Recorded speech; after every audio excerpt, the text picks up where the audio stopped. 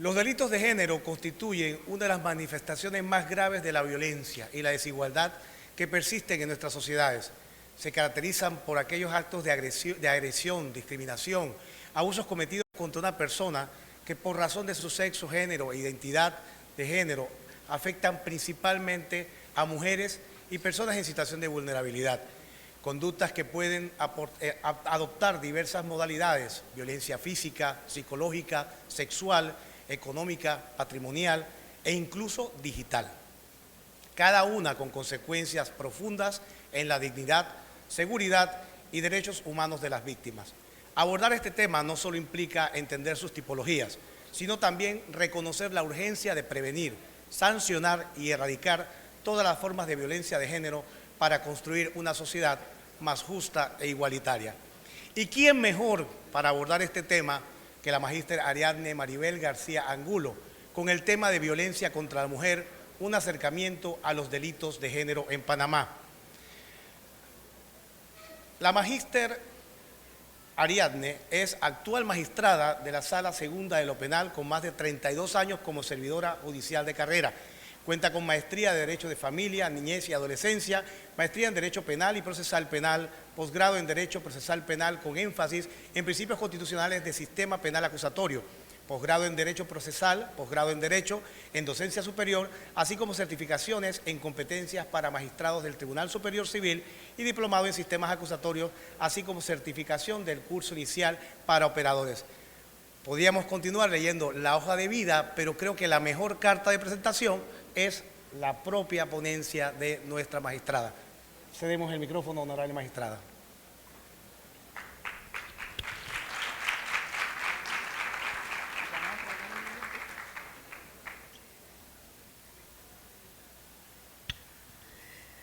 Gracias. Es para mí un privilegio haber sido invitada a este Congreso Panameño de Derecho Procesal, espacio que con el paso de los años se ha consolidado como una cita imprescindible para el diálogo jurídico en nuestra región. Agradezco al comité organizador y en especial al magistrado Abel Augusto Zamorano por confiar nuevamente en mi participación en esta instancia de reflexión colectiva y aprendizaje compartido. Me honra formar parte de esta mesa redonda dedicada a un tema de gran trascendencia: la jurisprudencia sobre delitos de género y la protección de víctimas en situación de vulnerabilidad. Les compartiré algunas reflexiones sobre lo que implica adoptar una perspectiva de género en los procesos de justicia, así como el análisis de casos relevantes que han contribuido a consolidar estándares internacionales en la protección de las víctimas. Ahora bien, ¿qué es la violencia de género? Sé que en estos días los han estado desarrollando estos temas, pero vamos a hacer un pequeño repaso. Esto constituye todo acto de violencia que se dirige contra una mujer por el hecho de ser mujer o que la afecta de manera desproporcionada e incluye la violencia física, sexual, psicológica o económica, tanto en el ámbito público como en el ámbito privado. Según la Organización Mundial de la Salud, 1 de cada 3 mujeres ha sufrido violencia física o sexual en algunos momentos de su vida. Esta violencia tiene consecuencias graves y diferenciadas en la salud física, mental, sexual y reproductiva de las mujeres, como lo son lesiones, embarazos no deseados, infecciones de transmisión sexual, trastorno de ansiedad y depresión, y hay un aumento del riesgo de enfermedades crónicas, como la hipertensión, la diabetes y problemas cardiovasculares. De allí la importancia de que el sector de salud derive los casos de las víctimas al sistema de justicia. Nos preguntamos ahora, ¿por qué existen legislaciones especiales? Las legislaciones especiales no responden a una lógica de privilegio, sino a una necesidad de corregir desigualdades estructurales que colocan a las mujeres en situaciones de mayor riesgo y vulnerabilidad. Estas normas se fundamentan en medidas afirmativas, que son medidas positivas, como son instrumentos jurídicos y políticos diseñados para remediar desigualdades históricas orientadas a garantizar el acceso efectivo de los derechos. Están respaldadas por tratados internacionales como los de la CEDAW y la Convención de Belén do Pará, que obligan a los estados a adoptar medidas específicas para prevenir, sancionar y erradicar la violencia contra las mujeres. Ahora bien, ¿por qué no se le aplican igual a los hombres? Esto es porque las estadísticas y los estudios demuestran que la violencia basada en género afecta desproporcionalmente a las mujeres. En general, la violencia contra las mujeres tiende a responder a causas específicas y diferenciadas de las que afectan a los hombres, mientras que ellos suelen ser víctimas en contextos como el crimen organizado, la delincuencia común o la violencia interpersonal. Las mujeres son frecuentemente asesinadas por personas de su entorno cercano, muchas veces tras haber experimentado otras formas de violencia. O sea que nosotros, si vemos el homicidio, en los casos estadísticamente, vemos que el 80% de personas víctimas de homicidio son hombres, un 20% sería mujer, pero en caso de delitos de violencia contra la mujer, entonces dentro de su entorno familiar o por un conocido, esto se da que el mayor número de casos serían de mujeres, de víctimas de violencia doméstica o cualquier delito de género. De ahí que en Panamá contemos con una serie de instrumentos claves, tanto nacionales como internacionales, que han marcado el avance jurídico en la protección de los derechos de las mujeres y la lucha contra la violencia de género, y entre estas tenemos rápidamente las de CEDAW, que es la Convención sobre la Eliminación de todas las formas de discriminación contra la mujer, que fue adoptada por la ONU en 1979 y ratificada por Panamá mediante Ley 4 de 1981, y es un tratado internacional importante sobre derechos humanos de las mujeres. Está la Convención Belén do Pará, ratificada por Ley 12 de 1995, en donde el principio rector es que toda mujer tiene derecho a una vida libre de violencia en el ámbito público y privado. La Ley 4 de 1999, que es habla sobre la igualdad de oportunidades para las mujeres, y la Ley 38 del 2001, que tipifica los delitos de violencia doméstica, reconociendo que la violencia doméstica no se trata de hechos aislados, sino de patrones de agresión física, sexual o psicológica y patrimonial dentro de las relaciones íntimas o familiares. La Ley 82 de 2013, que es la violencia contra la mujer, esta es la ley marco integral sobre violencia contra mujer, sustantiva, adjetiva y con obligaciones para el Estado. Define esta violencia como cualquier acción u omisión basada en el sexo femenino que cause daño o sufrimiento. Introduce los delitos de femicidio en su artículo 132A y las lesiones psicológicas en el 138A. Como puede verse, todas estas medidas parten de la idea de la violencia de género que afecta a las mujeres como grupos vulnerables, ya que tienen limitadas capacidades para prevenir, resistir o superar situaciones de riesgo, lo que afecta el pleno ejercicio de sus derechos. Esto es lo que es las condiciones de vulnerabilidad que se encuentran recogidas en las 100 reglas de Brasilia y que nos habla de la interseccionalidad, ¿verdad?, a donde se van entrelazando otras situaciones que se entienden como condiciones de vulnerabilidad. Entonces nosotros tenemos que ver qué se entiende por género, que no es más que los roles, comportamientos, actividades y atributos que una sociedad asigna a un hombre o una mujer en un momento y contexto determinado.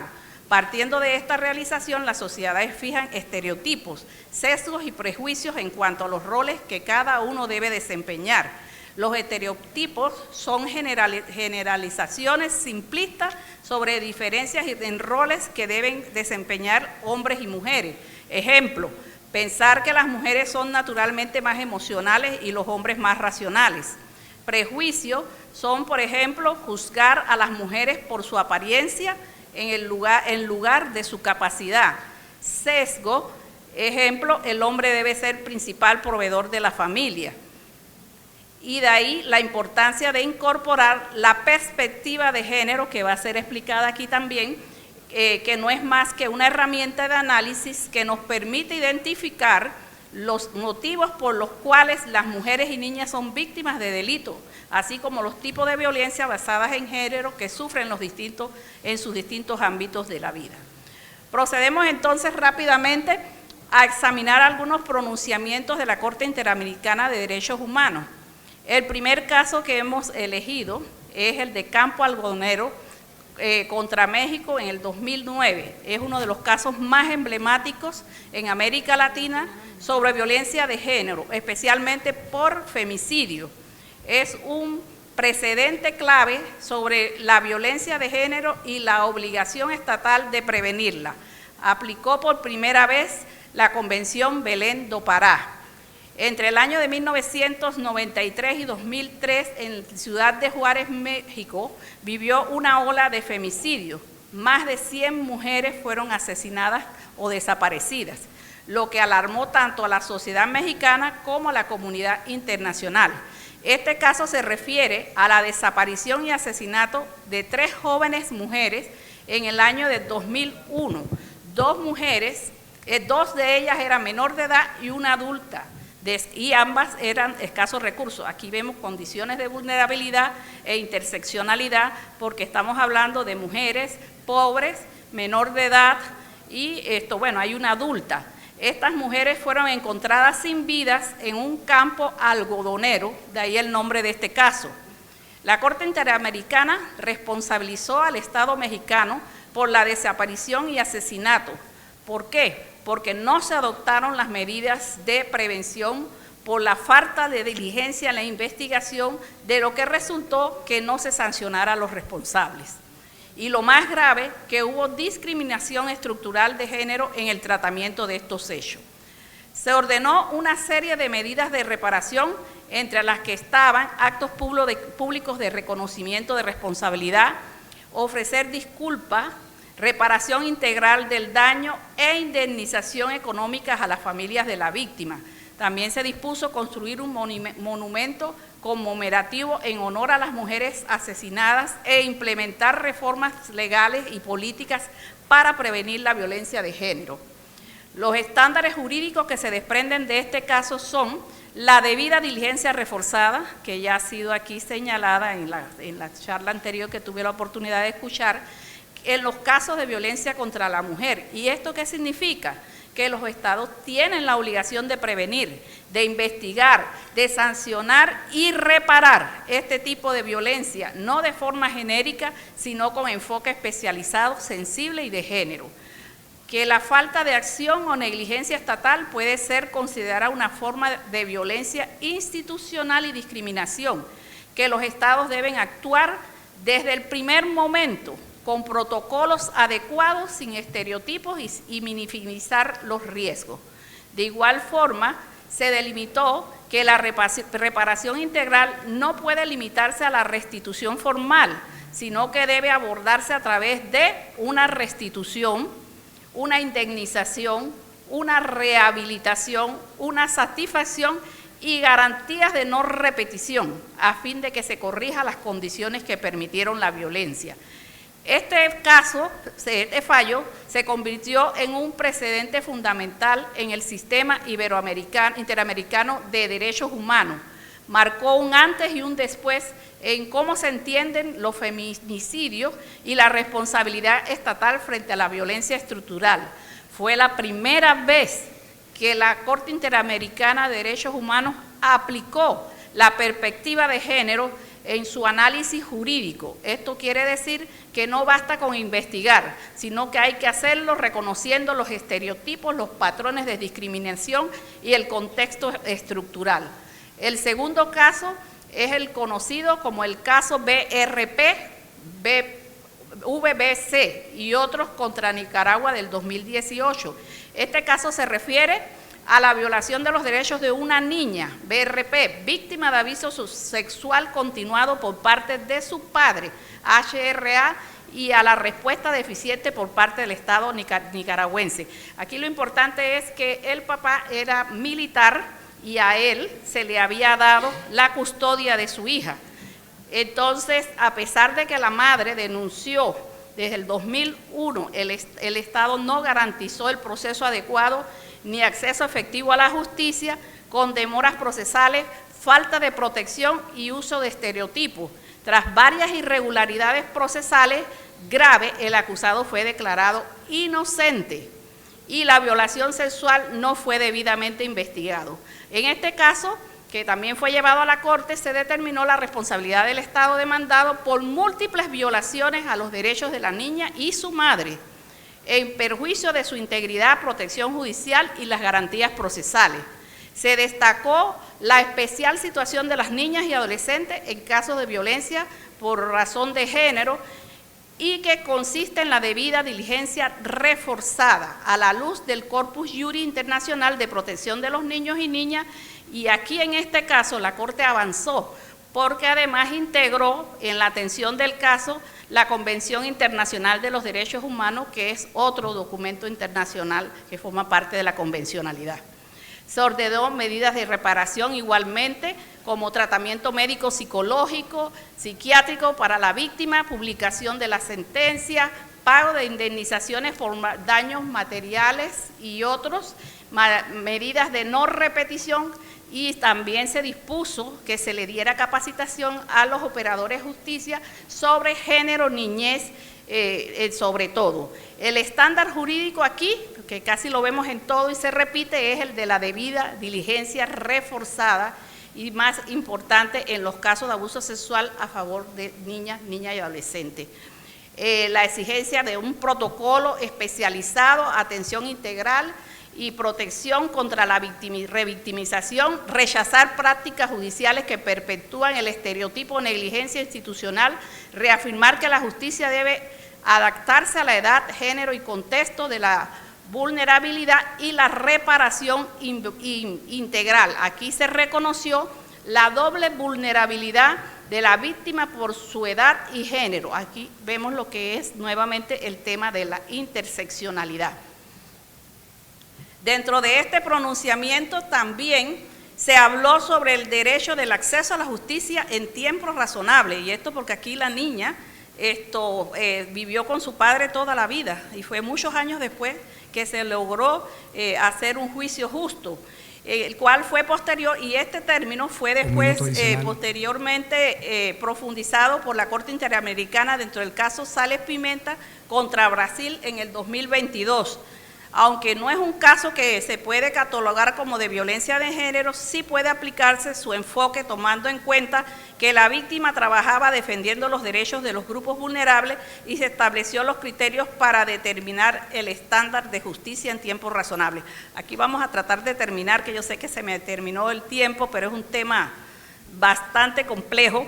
La Corte Interamericana, para determinar que nos encontramos frente al derecho a justicia en plazo razonable, fijó 4 criterios para determinar si la duración de una causa es justificada o excesiva, tales como, por ejemplo, la complejidad del asunto, la actividad procesal del interesado, la conducta de las autoridades judiciales, afectación a la situación jurídica de la persona. Y finalmente, para terminar, el caso González contra Perú.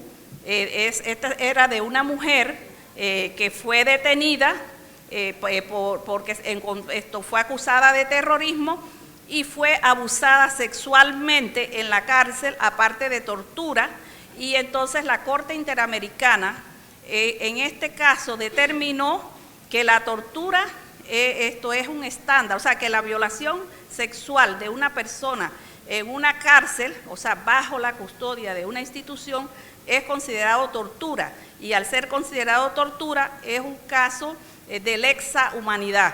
Este es el estándar, y también el otro estándar que sale de este caso es que el testimonio de la víctima del delito, cuando no hay otras pruebas, tiene que ser valorado con gran cuidado y diligencia al momento de que se vaya a realizar una investigación, dándole un mayor valor y tomándolo en consideración como una prueba fundamental en los casos de delito de violencia sexual cuando ustedes saben que el delito de violencia sexual se da dentro de espacios privados sin testigos, entonces ese testimonio de la víctima debe ser valorado con detenimiento y darle mayor valor por ser pues un tema de especial interés. Entonces se refuerza la perspectiva de género para lo que es para lo que es la investigación y juzgamiento de los casos. Y con esto pues creo que me fui un poquito. Para nada, ha sido una ponencia excelente y cabe destacar en este sentido con la ponencia que ha realizado la magistrada Ariadne Maribel García Angulo, esa labor que desempeña ella como actual coordinadora de la Unidad de Acceso a la Justicia y Género del órgano judicial. Como segunda ponente tenemos a la licenciada Catherine Lorena Muñoz López, licenciada en Derecho y Ciencias Políticas, capítulo Sigma Lambda de la Universidad de Panamá, maestría en Derecho Procesal, máster en Derecho Penal y Derecho Procesal Penal, maestría en Sistemas Penales Acusatorios, posgrado en Docencia Superior, máster en Derecho Penitenciario y Ejecución de la Sentencia. Actualmente es defensora de víctimas del delito en el órgano judicial y capacitadora del programa de formadores interinstitucionales del Sistema Penal Acusatorio de Panamá. Es docente universitaria en programas de licenciatura y maestría en las áreas de Derecho Penal, Derecho Procesal Penal y Sistema Penal Acusatorio de Derecho Constitucional y Derecho Probatorio. La licenciada Catherine Lorena Muñoz nos expondrá sobre el delito de lesiones psicológicas desde un enfoque de la defensa de víctimas. Muy buenas tardes a todos y a todas. Primeramente, darle gracias a Dios por permitir a todos los presentes participar en este 20º Congreso Panameño de Derecho Procesal. Saludos cordiales a los compañeros y amigos de mesa, Alberto Quiroz Monet y el fiscal Edson Zamudio. De igual forma, reconocer la labor de 3 profesionales del derecho que han sido inspiración para las nuevas generaciones por su lucha continua y coordinada en nuestro país y a nivel iberoamericano en cuanto a la defensa de derechos de las víctimas y las mujeres. Su Excelencia Ariadne Maribel García, la fiscal Maribel Castroverde y nuestra amiga que estará en modalidad virtual, la licenciada María Lourdes Gutiérrez. En fin, no puedo dejar de mencionar un reconocimiento a los organizadores de este congreso, en nombre de cientos de profesionales del derecho que hemos sido testigos presenciales desde el Congreso número 1 del trabajo realizado por los organizadores y sobre todo por el maestro, amigo, colega, el magistrado Abel Augusto Zamorano, que es el organizador y que ha realizado estos trabajos en camino pues a impulsar la academia y la docencia en nuestro país.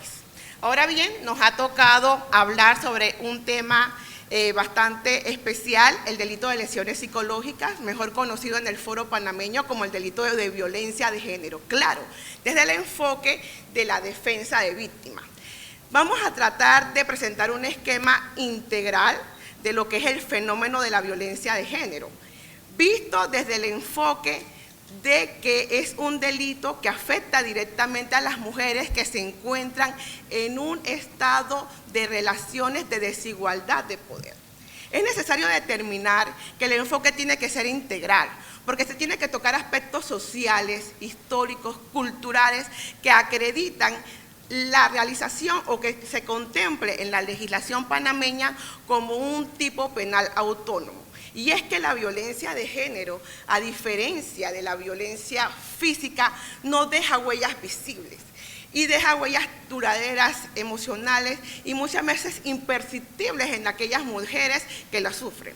De igual forma, vamos a hacer un examen breve pero integral de la normativa nacional panameña, así como la normativa internacional que avala la tipificación de este tipo penal en la normativa penal panameña. Y todo esto desde el enfoque o el rol que debe tener la defensa de víctimas, ya sea adscrita al órgano judicial, como esta servidora judicial, o cualquier representante de víctima que ejerza esta función dentro de un proceso penal, ya sea como un litigante particular o parte de la defensa privada o miembro de las instituciones instauradas en nuestro país para defender estos derechos. Y hablando primeramente de violencia, tenemos que definir que la violencia ha existido en la humanidad desde los inicios, producto de la interacción social y de esas desigualdades sociales, ya sea para resolver conflictos o para, en un momento dado, provocarlos. Ese interés de dañar, de dominar, de someter a la otra parte. Así como ha evolucionado la violencia en general, de la mano también ha evolucionado la violencia psicológica. Pero esa violencia psicológica es difícil de percibir, es progresiva, es sutil. Y muchas veces las personas, y las mujeres especialmente, que son víctimas de este tipo de delitos, no logran detectar que ese tipo de tratamiento, abuso o sometimiento forma parte de una violación de sus derechos humanos. Siendo ello así, tenemos una definición de lo que es violencia psicológica de la siguiente manera: es cualquier acto u omisión que dañe la estabilidad psicológica. Puede consistir en negligencia, abandono, descuido reiterado, celotipia, insultos, humillaciones, devaluación, marginación, indiferencia, infidelidad, comparaciones destructivas, rechazo, restricción a la autodeterminación y amenazas, las cuales llevan a la víctima a la depresión, al aislamiento, a la devaluación de su autoestima, incluso a tener ideas de suicidio. Ahora bien, ¿qué causa la violencia de género? Y la magistrada nos presidió en este tema.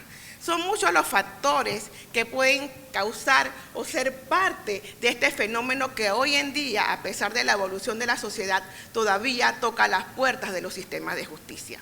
Para los estudiosos, hacen un recuento en que surge en aquellas relaciones donde los patrones patriarcales aún están vigentes, que no es más aquellas estructuras sociales donde al hombre se le atribuye por rol histórico la autoridad, la gobernanza y la mayor cantidad de recursos. ¿Qué ocurre al darse eso? La mujer queda en un estado de subordinación.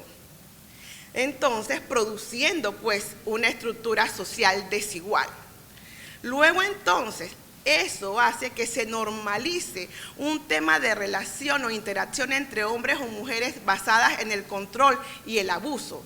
Y de ahí entonces la raíz del problema a nivel nacional e internacional. Luego entonces es importante en este esquema, para los penalistas principalmente, hacer una distinción de la visibilización de lo que es la lesión física y la lesión psicológica. ¿Qué tenemos con una lesión física? La visibilidad es alta, deja huellas corporales. ¿Qué tenemos con la lesión psicológica? Baja, nula, y muchas veces las mujeres víctimas no logran entender que están siendo víctimas de este tipo de abuso. La prueba de una lesión física, una evaluación médico-legal, la asignación de una incapacidad ya sea definitiva, ya sea provisional o las posibles secuelas, pero para evaluar el daño emocional que puede sufrir una mujer víctima de violencia psicológica se necesita un peritaje especializado. Un peritaje por galenos especialistas en materia forense en temas de salud mental. El impacto corporal, el impacto en el caso de las lesiones psicológicas es un impacto emocional. Reconocimiento, a lo largo de la historia y la academia hemos tenido luego entonces que el reconocimiento de las lesiones físicas es histórico. El reconocimiento, luego entonces las lesiones psicológicas en tema de violencia de género en nuestro país es reciente y data pues de la ley 82 de 2013, haciendo eco pues a ese control de convencionalidad y ajustando la normativa interna panameña a cada uno de los convenios internacionales ratificados por Panamá en pro de la defensa de derechos de las mujeres. Ahora bien, dentro de ello hacemos la interrogante. Toda afectación psicológica, de acuerdo a la normativa panameña, resulta ser un delito de violencia de género y partimos en la ley marco, también mencionada por la magistrada Ariadne, que es la ley 82 del 24 de octubre del 2013. Una ley que crea precedentes, una ley que adopta medidas de prevención contra la violencia hacia las mujeres y que reforma el Código Penal, ya que se tipifica en nuestro país el delito de femicidio y se sanciona lo que es el derecho, se sanciona pues los hechos de violencia contra la mujer.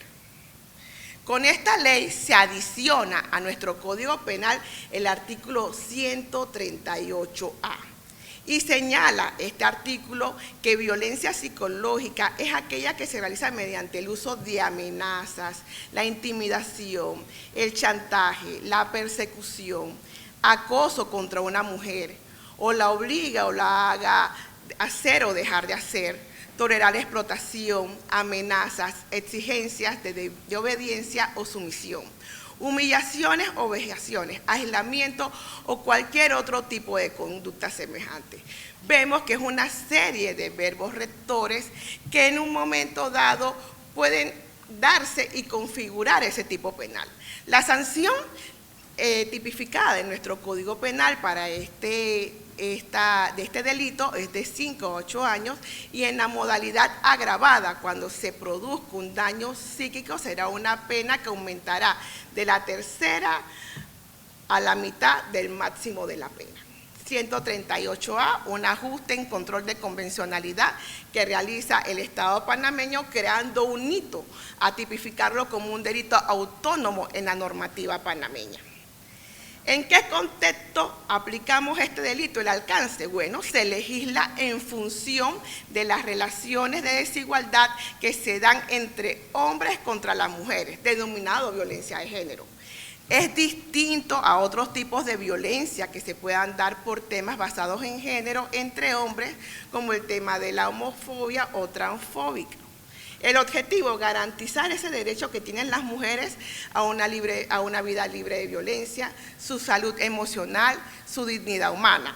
El contexto en que se realiza o que se puede verificar este tipo de delito, las relaciones de desigualdad de poder.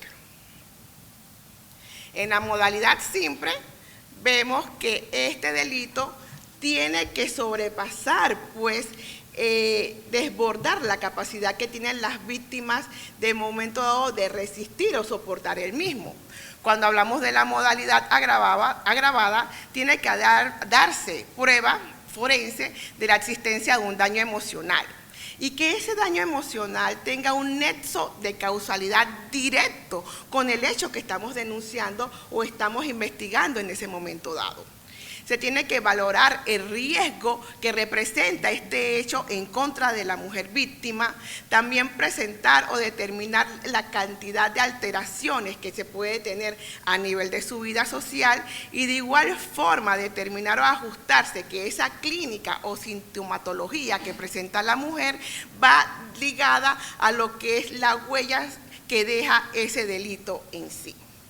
Ahora bien, tenemos normativas internacionales que respaldan la aplicación y defensa de este tipo de hechos y la principal es la CEDAW, que es un documento internacional más amplio de obligatorio cumplimiento vinculante, donde se determina pues que los estados tienen que garantizar esa igualdad de jure y de facto, es decir, no solamente en las normas y leyes, sino también en las prácticas en los estados que han ratificado, como el estado panameño.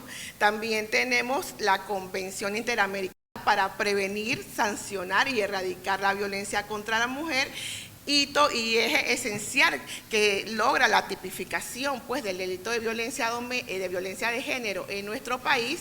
Y tenemos otro documento que, si bien no forma parte del núcleo duro de lo que es el derecho, son las 100 reglas de Brasilia, adoptadas por el Acuerdo 13 y 8 del 2019, actualizadas, y que en la regla número 8 señala que el género es una de las situaciones que puede limitar lo que es el acceso a la justicia, y hemos visto en los últimos años el trabajo arduo de la alta gerencia por concientizar y explicar y que estas 100 reglas sean un instrumento de utilidad para la argumentación jurídica de los litigantes en lo que son los procesos penales y también de argumentación de la judicatura al momento de tomar en cuenta y tomar decisiones en estos aspectos.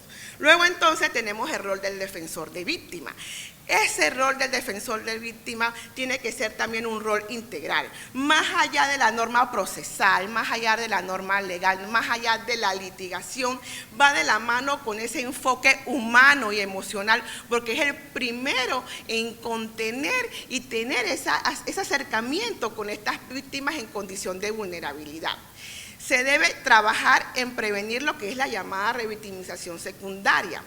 Se debe tener un trabajo coordinado con el Ministerio Fiscal, un trabajo coordinado con las unidades de investigación, Ministerio Público, UPAVIT, a fin de lograr que se logre lo que es esa herramienta analítica de interpretación de perspectiva de género, tener esa óptica por si en esos casos se dan posibles situaciones de interseccionalidad, porque es ese defensor de víctima que puede dar las alertas a la judicatura, al Ministerio Público, para que las resoluciones al momento de ser dictadas vengan con esa óptica de perspectiva de género e interseccionalidad.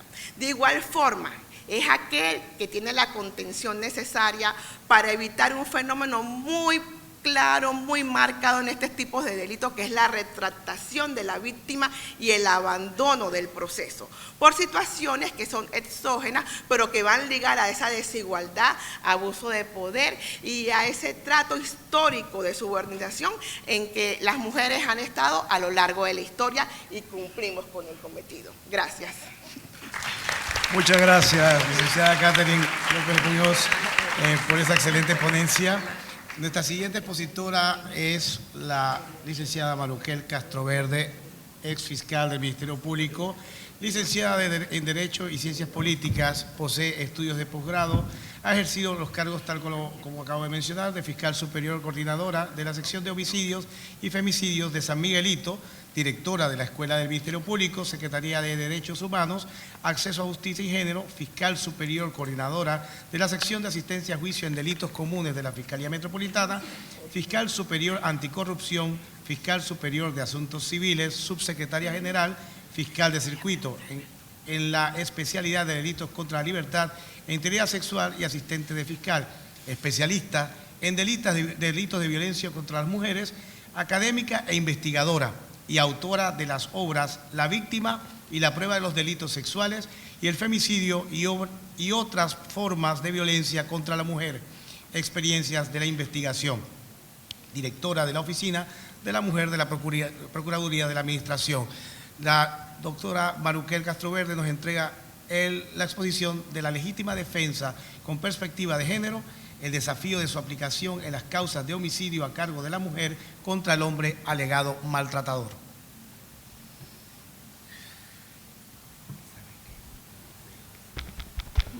Buenas tardes. Es verdaderamente un honor para mí encontrarme entre ustedes hoy, 20 años de este Congreso Colombo Panameño, donde pareciera que al fin crecí de estatura y recibí el honor de que se me invitara, lo que realmente agradezco al profesor Abel Zamorano y aquí al estimado amigo Alberto.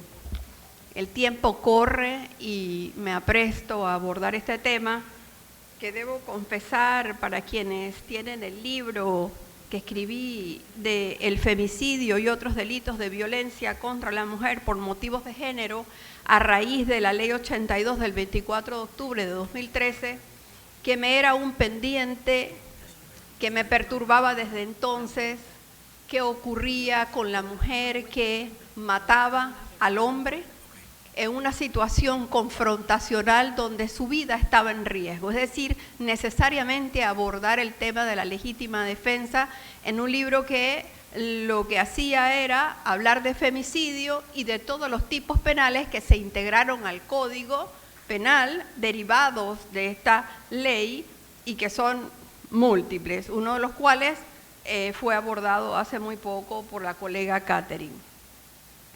La inducción al suicidio por maltrato es un pendiente gravísimo que no conozco en jurisprudencia todavía que haya llegado con el desenlace, el resultado de una condena.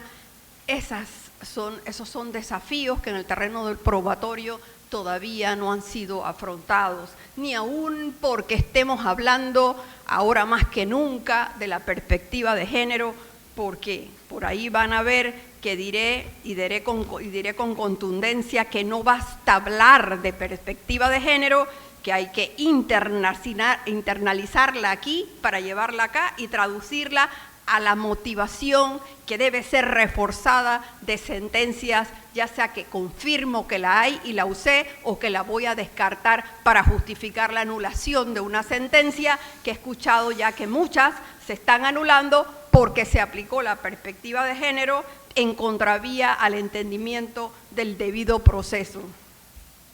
En este foro, en este congreso, yo quiero agradecer que se hable de las mujeres, porque en estos tiempos precisamente siento que hay una regresión en esos derechos. El tema parece que hace ruido, como que hablar de mujeres necesariamente implica confrontación con los hombres, como que el espacio ha sido demasiado y hay que cederlo, y estamos en ese tiempo difícil. De ahí que, como les decía, me quedé tentada a hablar de estos casos. Las mujeres matan a los hombres y hay dos situaciones. Me gustaría que pasen, por favor, la siguiente diapositiva. Hay dos situaciones, la anterior, cuando hablo de marco legal, por favor.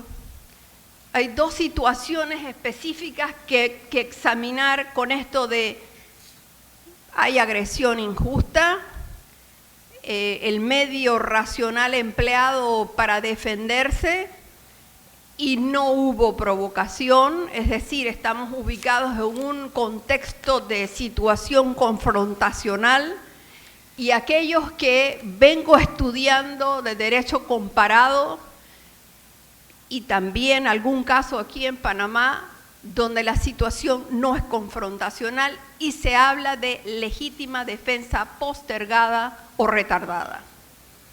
Y esto se trata así. Yo he tratado de traerlo a nosotros y pensar con casos específicos que en la crisis o en el nudo del conflicto está el que nos planteemos, bueno, es que la defensa es legítima porque puedo probar que fue necesaria, y es ilegítima porque no puedo probar que es necesaria o no lo logré. Pero yo me pregunto, ¿y quién decide si es necesaria o no? La que debe decidir si es necesaria es la mujer, que en ese momento percibe que su vida está en peligro, o la mujer que sobrevive todos los días planteándose si ese día es el último de sus días. Y ahí hay que ser un poco inquisitivo, desmenuzar, y ese es el reto de los jueces y desde la investigación para los fiscales, qué implica actualidad y qué implica inminencia. Porque en las exigencias del artículo 32 se habla de actualidad o inminencia. Quiere decir que yo puedo estar siendo agredida en el momento y buscar con qué defenderme, o yo puedo sentir que ese es mi momento último y que no me quede de otra que hacerme de algún instrumento para repeler el ataque, que yo creo que va a ser el final. Miren, en los tribunales del mundo, más que en los nuestros, lo que deploro, porque se me conoce de la trayectoria que desarrollé en delitos sexuales, los tribunales tienen un estándar. Usted tiene ya derecho a defender su vida en un ataque sexual. ¿Y cómo la defiende? Quédese quieta. Quédese quieta y no ponga resistencia seria y constante. Ese estándar se superó. Ese estándar se superó en los tribunales de Panamá. Todavía me encuentro algunas cosas que me dan pesar leer. Porque ¿dónde están las lesiones? Porque todavía queremos ver las lesiones, los golpes. Y si no los vemos, los queremos aquí. ¿Dónde está la evaluación psicológica forense que diga que está afectada porque usted dice que la violaron?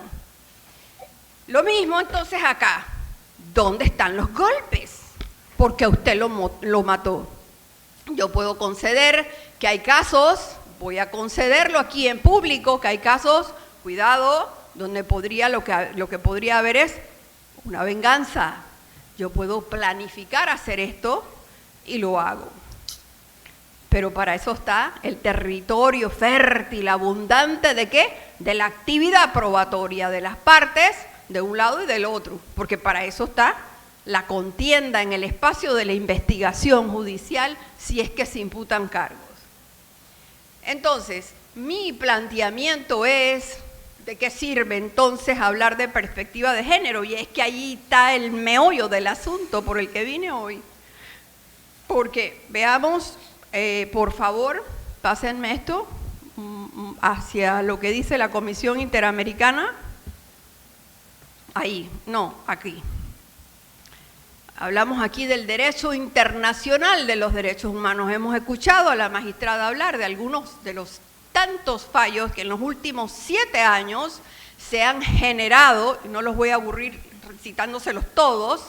El último, Dina Carrión versus Nicaragua, 25 de noviembre del 2025, una mujer que fue, según los tribunales de Nicaragua, tomó su vida. Ella se suicidó pegándose ella un tiro en el pecho con el arma del ex marido, del que se estaba divorciando, que estaba en la casa, pero él no fue.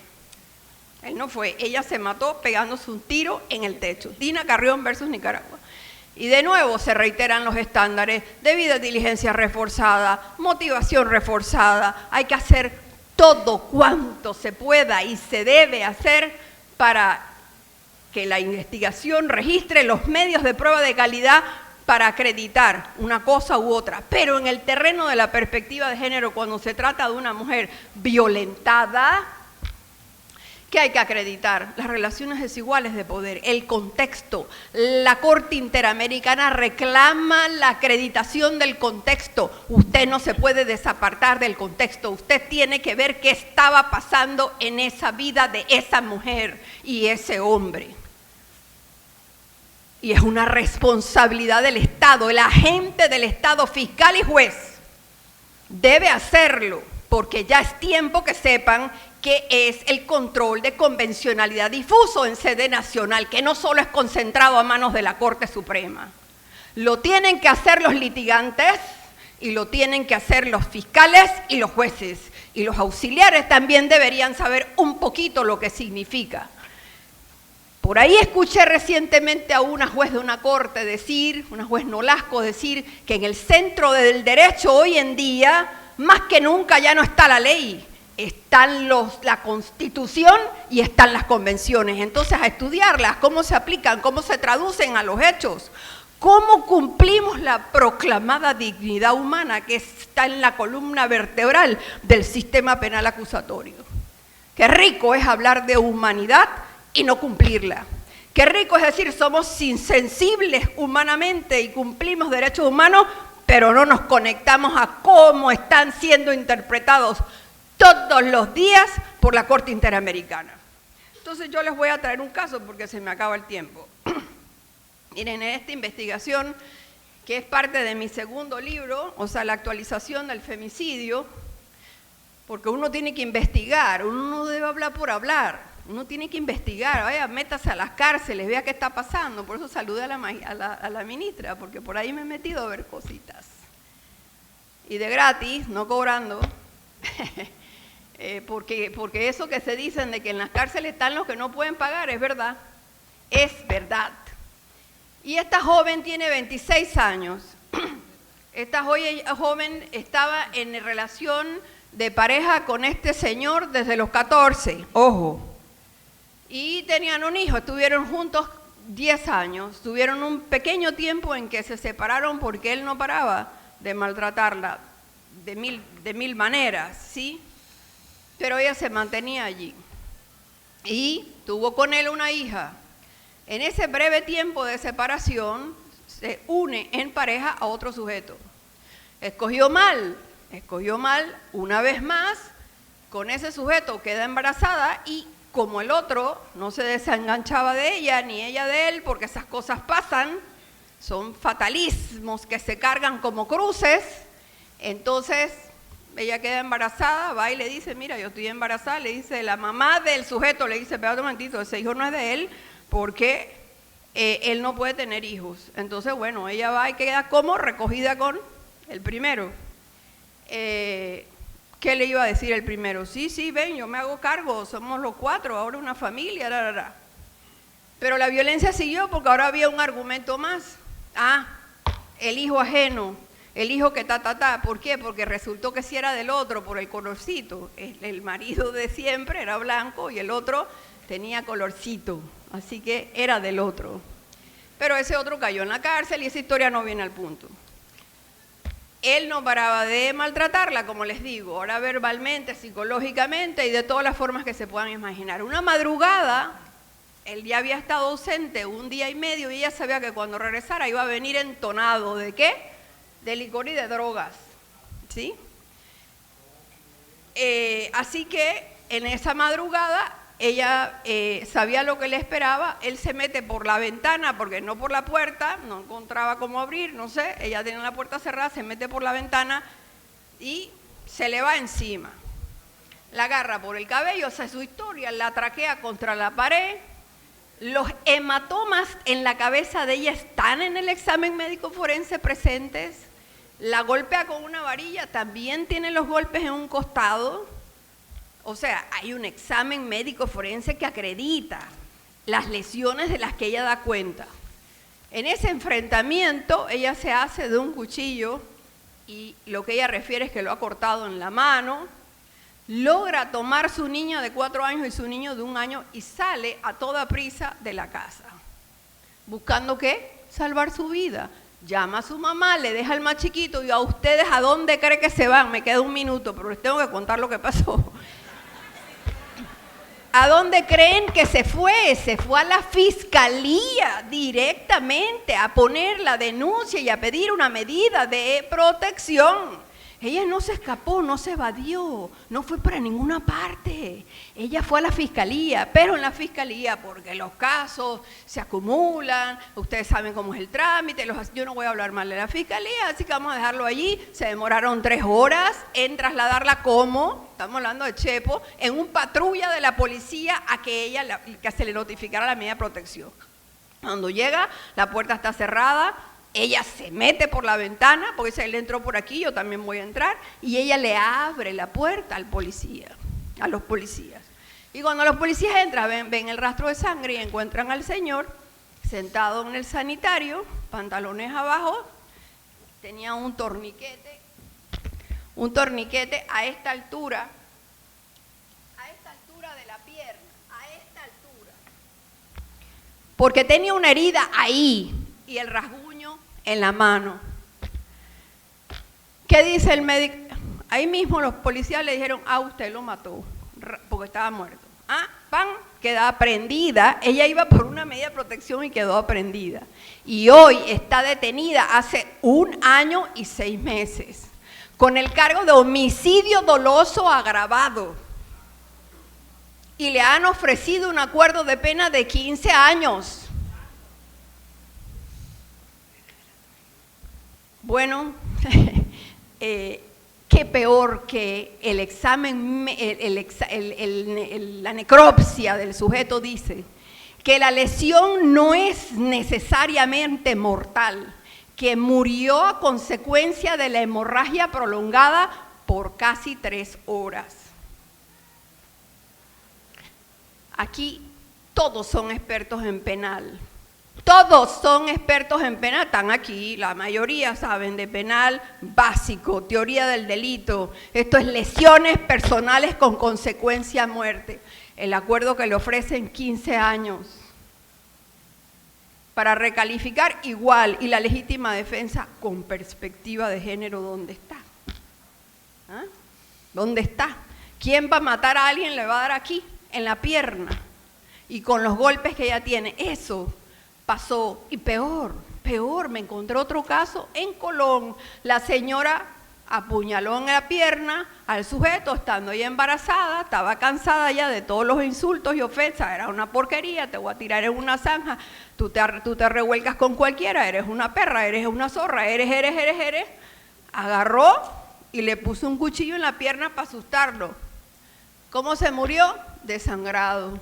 ¿Dónde está? Detenida, pagando prisión ya, porque ella sí aceptó el acuerdo de 15 años. Un minuto. Perspectiva de género, según la Comisión Interamericana de Derechos Humanos, es un método de análisis de la realidad que permite visibilizar la valoración social diferenciada de las personas en virtud del género asignado y asumido y evidencia las relaciones desiguales de poder originadas en estas diferencias. Las diferencias entre hombres y mujeres no son solo físicas. Las diferencias entre hombres y mujeres en sociedades como la nuestra, que son patriarcales, que son androcéntricas y que siguen aplicando en clave de que heteronormativa el derecho penal, no pueden todavía, o no están listas, o yo no sé qué pasa, superar el entendimiento de debido proceso si no aplican también en estos casos perspectiva de género, que es relevar que las mujeres en estas condiciones tienen el derecho a una vida libre de violencia. Antes de eso, tienen el derecho a la vida. Muchas gracias.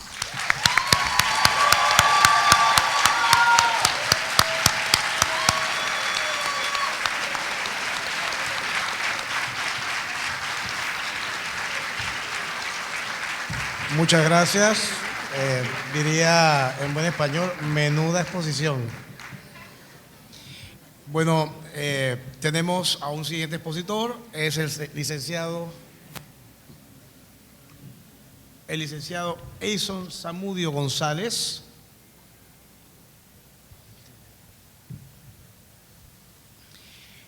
El licenciado Eison Zamudio González es licenciado en Derecho y Ciencias Políticas.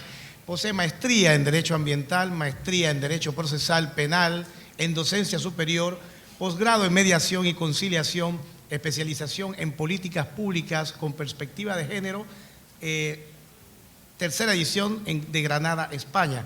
Diplomado en Mecanismo de Abordaje a la Asistencia de Protección a Víctimas y Testigos Vulnerables en el Proceso Penal, diplomado en Justicia Constitucional, Derechos Humanos, en Sistema Penal Acusatorio, diplomado internacional de alta especialización en derechos humanos de la mujer y es coautor de la obra Sistemas de Justicia, Utopía o Realidad. Es actualmente fiscal coordinador de la sección especializada de familia de la provincia de Chiriquí, ad honorem y fiscal adjunto y docente universitario. El licenciado Eison Zamudio tocará el tema tratamiento de las víctimas según las reglas o estatutos de Santiago, condiciones de vulnerabilidad y protección a las víctimas del delito. Muchas gracias. Bienvenido. Sí, gracias a todas y todos. Dándole las gracias también a Dios y a los organizadores de este evento por permitirme estar en la tarde de hoy compartiendo con cada uno de ustedes. No puedo dejar pasar por alto el privilegio que es compartir con estas mujeres valiosas esta mesa jurídica, mujeres que dan día con día ese grano de arena para hacer valer el derecho de cada una de las mujeres, que por años ha sido sesgado y ha sido dejado a un lado. Así que ese es un gran privilegio para mí, el poder compartir con ustedes, prestigiosas damas. Al hablar del tratamiento de las víctimas según las reglas de estatutos de Santiago, en condiciones de vulnerabilidad y protección a las víctimas del delito, tenemos que remontarnos en la historia, año 2005, 2006, 2007 y hasta el 2008, que es cuando se proclama en la Asamblea de la Asociación Iberoamericana de Ministerios Públicos el documento Las Guías de Santiago, esto en Santiago de Chile. ¿Y por qué se trae a colación la necesidad de este documento a manera internacional y comprometiendo a cada uno de los ministerios públicos de la región latinoamericana? Y es que el delito, como sabemos, evoluciona así como evoluciona el mundo, pero se dejaba de un lado a la víctima o no se traía a la víctima directamente como persona importante dentro del proceso. Entonces, es ahí donde los funcionarios, en este caso fiscales generales, procuradores que acuden a estas reuniones anualmente, logran entonces visibilizar la importancia de la creación de las guías de Santiago, la cual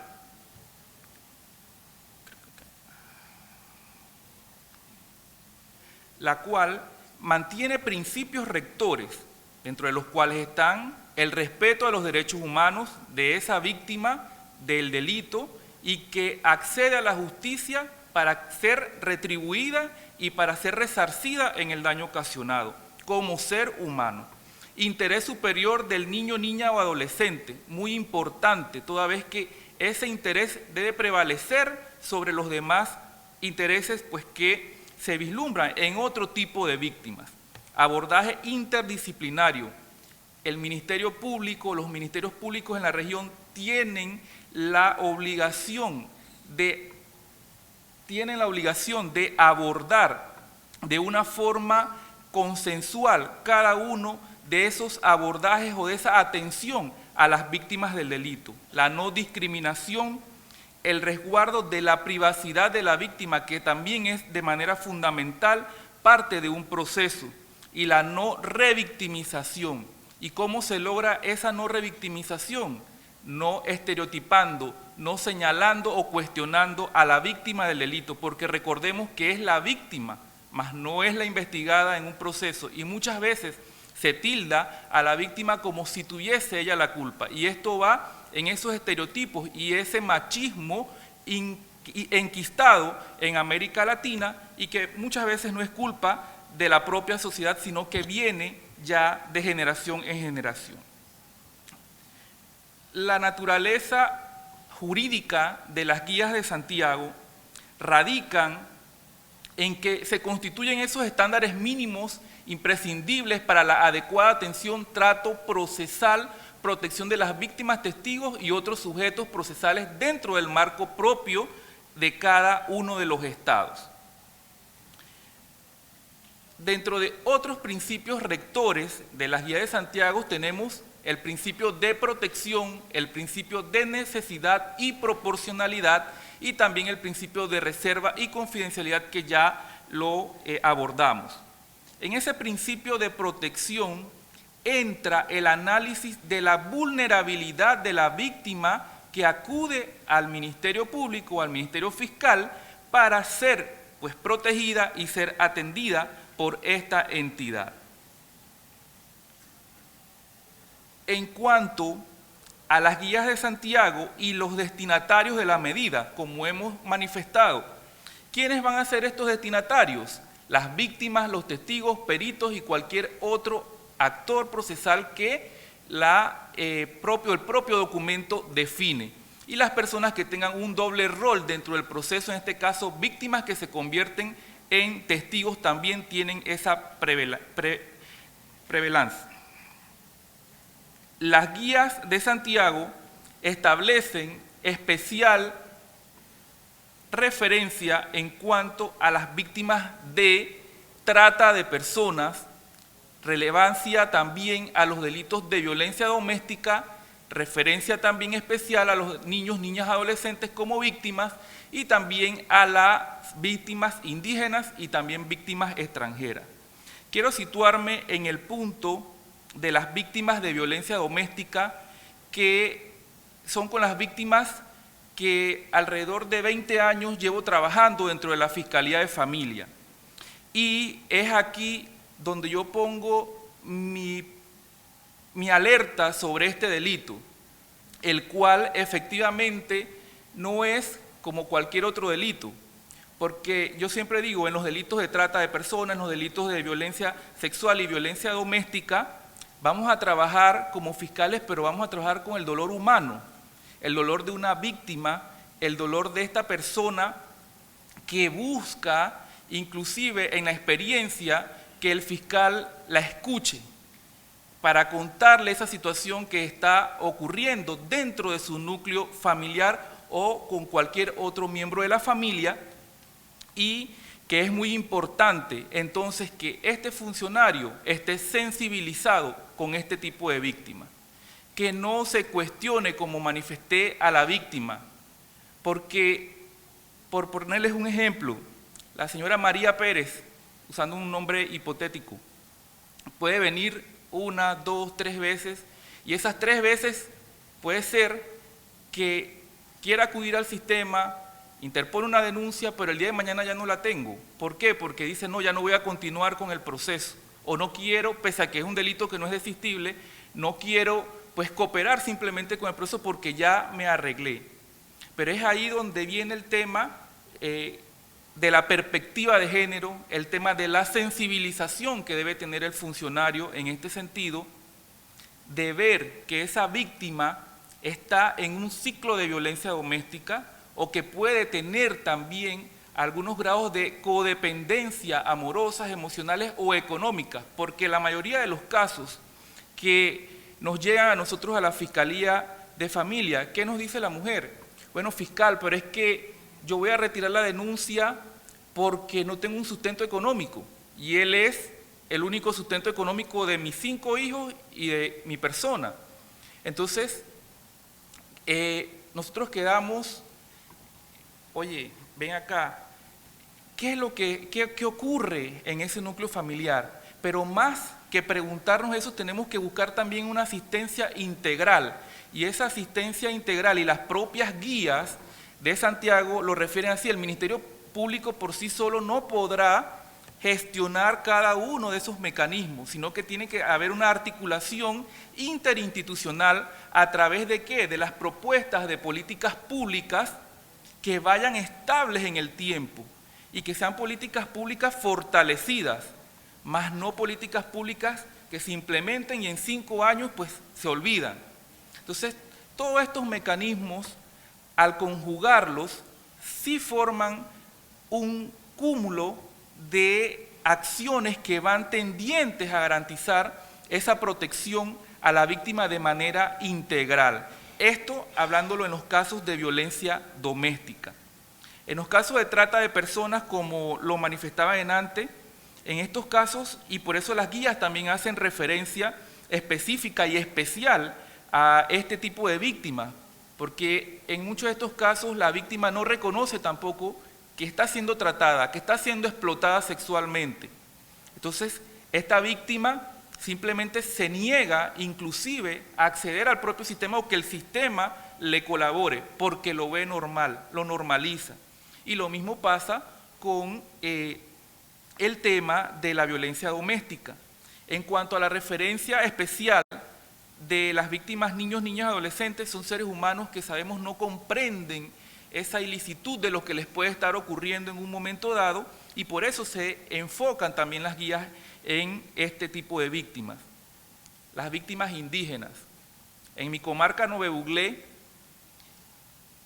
los casos que tenemos son casos muy caóticos, por decirlo así, en los cuales niñas a temprana edad son abusadas sexualmente, la mujer, y esto por temas culturales, y recuerdo en un conversatorio que estuvimos con la licenciada Maruquela hace un tiempo, se pusieron de pie 2 mujeres y me cuestionaron, dice, fiscal, pero ¿por qué usted habla de temas culturales? Si es que en la comarca nosotros nos basamos en temas culturales, pero es que lo que yo vislumbro de mis víctimas de violencia doméstica que viven en la comarca y lo que ellas nos cuentan a nosotros y a las psicólogas del Departamento de Atención a Víctimas, nos dice lo contrario. Nos dice que ella, y por ponerle un ejemplo, y no digo que es que la infidelidad esté bien, pero ella por ver a otro hombre o por ser infiel, según ellos, es llevada al cepo. Entonces, son situaciones que para mi concepto, en esa coyuntura, sí son culturales. Y en cuanto a las víctimas extranjeras, pues definitivamente también nos han correspondido esta atención a víctimas extranjeras en casos de violencia doméstica, y definitivamente en muchos de estos casos la víctima lo que quiere es salir rápido del país y buscar una salida a esa violencia doméstica o a esa persona que la agrede y retirarse pues a su patria. Entonces también Por eso es la parte esencial que las guías de Santiago establecen en cuanto a este tipo de víctimas. Al iniciar la investigación por parte del Ministerio Fiscal se debe valorar el grado de vulnerabilidad de la víctima y que se vislumbre la urgencia de la atención médica, sanitaria, psicológica desde el primer momento. Y esto incurre en el tema de la debida diligencia reforzada, en el cual el fiscal no puede esperar, porque recordemos que en este tipo de casos la vida de una persona depende de esa actuación en primera instancia, de ese primer interviniente que atienda la situación. Y aquí también traigo a colación que nos pasa seguido que las unidades de la Policía Nacional nos dicen, bueno, fiscal, pero es que yo no me atrevo a hacer un allanamiento aunque me estén en un llamado de auxilio porque no sé qué me vaya a ocurrir posteriormente. Entonces, yo cada vez que le doy capacitaciones, como que me toca mucho ese tema, porque le digo, o sea, entonces usted va a permitir que esa víctima que está pidiendo auxilio dentro de esa casa, que puede ser apuñalada, que puede de 1000 formas terminar con su vida el agresor, entonces termine porque usted tiene miedo a hacer un allanamiento que posteriormente eso se puede legalizar y se puede entender. Entonces son temas que creo que de manera interinstitucional pues se pueden también ir cambiando. Y esa mentalidad, porque el tema es aquí de esa mentalidad, del qué me puede pasar, o el cuestionar a la víctima, bueno, pero es que a esa señora ha llamado como 10 veces a la policía y cada vez que voy allá, ella me dice, no, es que no quiero interponer la denuncia, pero ¿qué pasa? En la 11ª vez sí, ahí sí la mató. Entonces, ese es el tema que se debe tener muy en cuenta. Y también importante que al iniciar la investigación no se debe hacer que la víctima repita una y otra vez las situaciones, porque esto la lleva a una revictimización. Entonces, por eso es lo importante de las UPAVIT por parte del Ministerio Público, en donde ya el personal especializado en la materia, psicólogos, trabajadores sociales y a través de la Cámara GESEL, entonces atienden a este tipo de víctimas. Los funcionarios no debemos pretender que la víctima coopere absolviendo con coherencia a nuestros interrogatorios con tranquilidad. O sea, una víctima me llega llorando, llega golpeada, y yo me voy a quedar con esa víctima allí a esperar que ella me cuente o a forzarla para que me cuente lo que le ha ocurrido. No, señores. Esa víctima tiene que recibir una atención médica, una atención o una orientación psicológica. Entonces allí yo tengo la potestad como fiscal poder iniciar una investigación de oficio y posteriormente traer a esa víctima. Entonces todos esos componentes de actuaciones por parte del Ministerio Fiscal son los que las guías de Santiago vislumbraron y que nos traen como Estado a esa responsabilidad, como parte del Estado a esa responsabilidad para con las víctimas del delito, con especial énfasis en las ya antes mencionadas. La debida diligencia reforzada, la cooperación internacional. Es importante que los ministerios públicos de América Latina se comprometan a fortalecer lo estipulado en las guías. Ya fueron reformadas en el año 2020, donde se le pone énfasis al tema de género y al tema nuevamente del interés superior de los niños, niñas o adolescentes. Y ya para terminar, pues definitivamente las guías de Santiago siento que vinieron a revolucionar de una u otra forma esa actuación que se tenía o esa mira que se tenía antes de su implementación y que deben ser amalgamadas también con otros instrumentos internacionales como lo son la Convención de Belém do Pará, 100 reglas de Brasilia y un documento muy importante en el cual también me orgullece que participé, que fue del Protocolo de Acceso a la Justicia para Mujeres Indígenas y Migrantes, de la cual participé con la magistrada Ariadne, con la magistrada Russo, con la licenciada Araceli, con el licenciado de la Torre y con otros colegas, que de verdad es un documento muy importante para la actuación del fiscal, de los jueces y de cada uno de los actores dentro del proceso. Y que las mujeres al final tengan una vida libre de violencia en todos sus aspectos. Gracias. Mesa de lujo, mesa de lujo. Bueno, señoras y señores, la siguiente expositora va a hacer gala formalmente del tema que va a hablar, y es específicamente pues, porque su exposición va a ser virtual y su tema tiene que ver con delitos de género cometidos mediante el uso de tecnologías, prevención y protección, específicamente el ciberdelito y la exposición virtual. Y yo inicio sentando la base a través de una frase, y es: lo que sube a las redes no vuelve a bajar. La licenciada María Lourdes Gutiérrez Ortiz Monasterio es abogada con especialidad en Derecho Penal en México. Tiene estudios en criminalística, criminología, derechos humanos, trata de personas, tráfico ilícito de migrantes y ciberdelito. Cuenta con más de 20 años de experiencia desde su actual trabajo en México y Naciones Unidas. Actualmente es la coordinadora regional para Centroamérica y el Caribe del Programa Global de Ciberdelito de la Oficina de las Naciones Unidas contra la Droga y el Delito UNOC, cubriendo desde Panamá a 22 países de Centroamérica y el Caribe. Es coordinadora para la implementación del proyecto regional Fortalecimiento de las capacidades del sector de justicia y seguridad de Centroamérica para prevenir, identificar y perseguir penalmente el ciberdelito, el crimen organizado transnacional y los casos asociados a través de la evidencia digital, financiado por Canadá y el proyecto Blue Sky. Con ustedes, la licenciada María Lourdes Gutiérrez Ortiz Monasterio. Muchísimas gracias por la invitación. Perdón que me tuve que conectar vía virtual, pero justo vine a México después de varios años, pero tenía toda la intención de estar con ustedes en persona. La Oficina de Naciones Unidas contra la Droga y el Delito acompaña a los países en la implementación de sus sistemas legales, pero también sus equipamientos en investigaciones forenses digitales, así como damos las capacitaciones a los jueces, policías, los fiscales y demás intervinientes en el proceso penal, en las investigaciones forenses. En este contexto de la violencia de género, tiene mucho que ver el tema de las mujeres y las niñas, porque son la mayoría de las víctimas de la violencia digital son este sector, las niñas y las mujeres. Esto no quiere decir que los hombres o los niños no lo sean, pero en las estadísticas mundiales ellas son las más afectadas.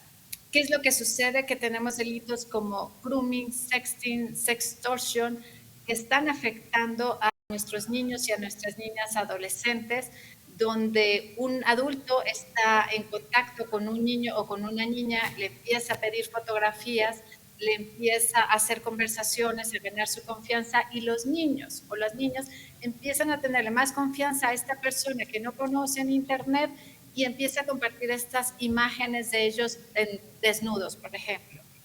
Entonces, esto se le llama material de abuso sexual infantil.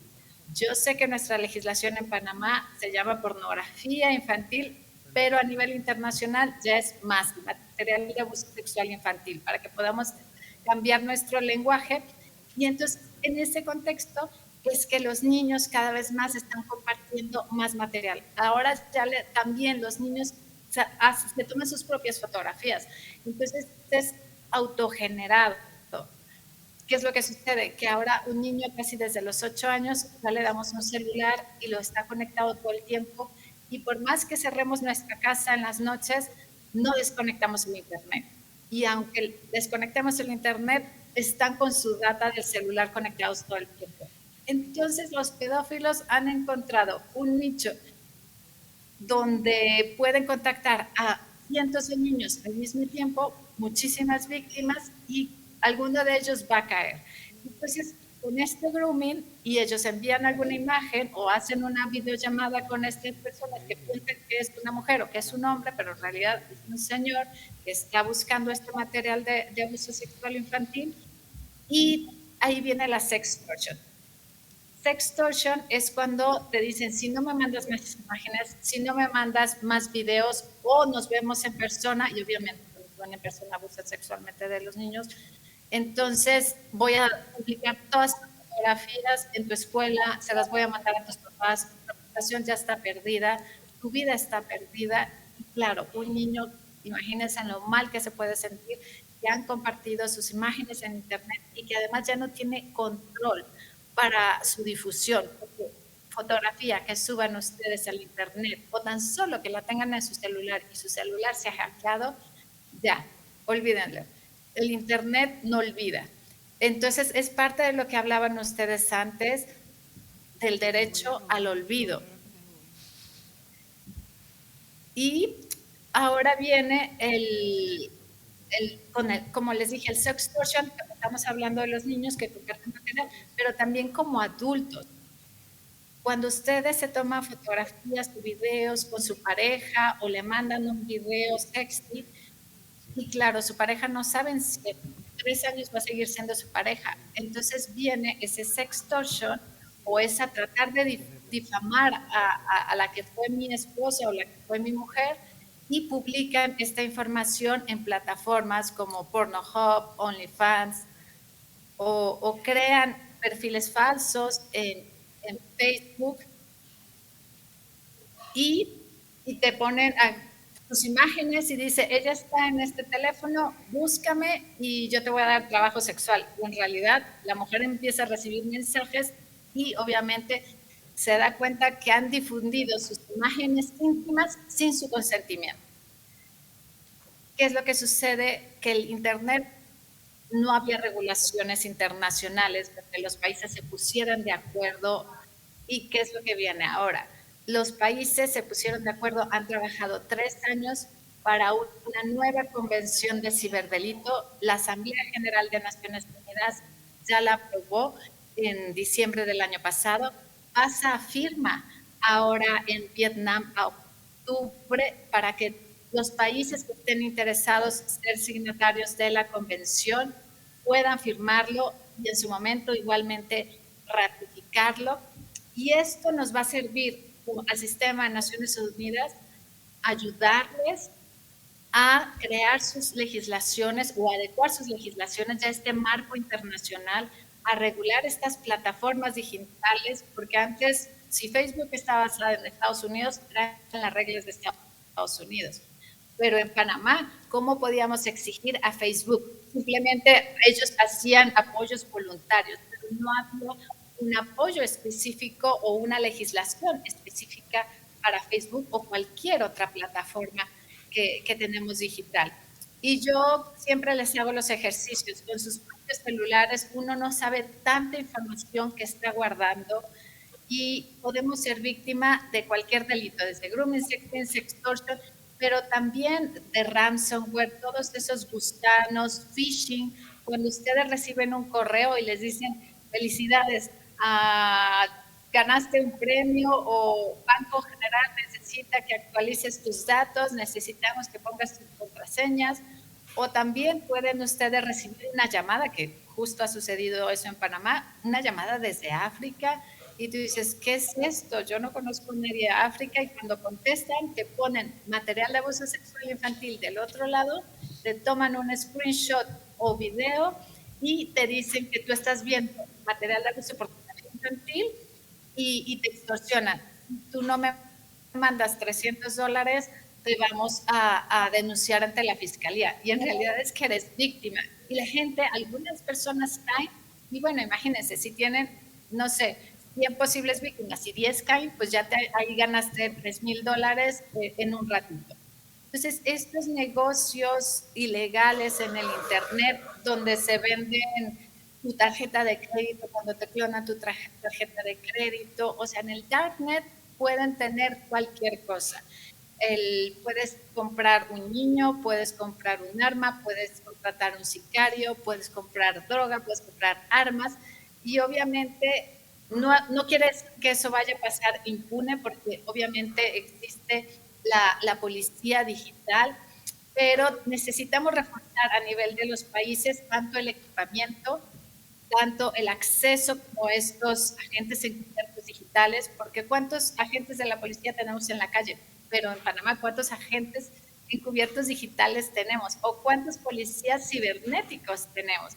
Entonces, nosotros acompañamos a los países para brindar equipamiento precisamente en Panamá hemos dado a la policía de ciberdelito equipamiento como si fuera forense, o sea, como el equipamiento como lo tiene forense, allanamientos directamente y llevar el equipamiento y ahí mismo saber si hay material de abuso sexual infantil. Entonces, es simplemente ir mejorando nuestras capacidades, dejar de tener miedo en la evidencia digital, porque yo los escuchaba muchísimo de lo que dijo la víctima, pero ahora con la evidencia digital nosotros podemos muchísimo mejor dejar evidencia de todo lo que ha estado pasando con todos los mensajes que reciben las víctimas de violencia, que reciben estos mensajes de sus parejas, que te odio, que te dio, y que pueden tomarles quizás un video, porque a veces como van cambiando las declaraciones o se les olvida o sufren tanta violencia que a veces no son capaces de decir todo lo que está pasando, tienen tanto miedo, dejemos que el celular hable por ella. Entonces, es por eso que nosotros vamos a estar acompañando a los países una vez que Panamá firme pronto la convención para acompañarles con sus adecuaciones a las legislaciones y que tengan todos estos delitos, además de esta coordinación internacional, como lo mencionaban anteriormente, esta cooperación internacional, ahora sí 24/7, de una evidencia digital, que es lo que se necesita.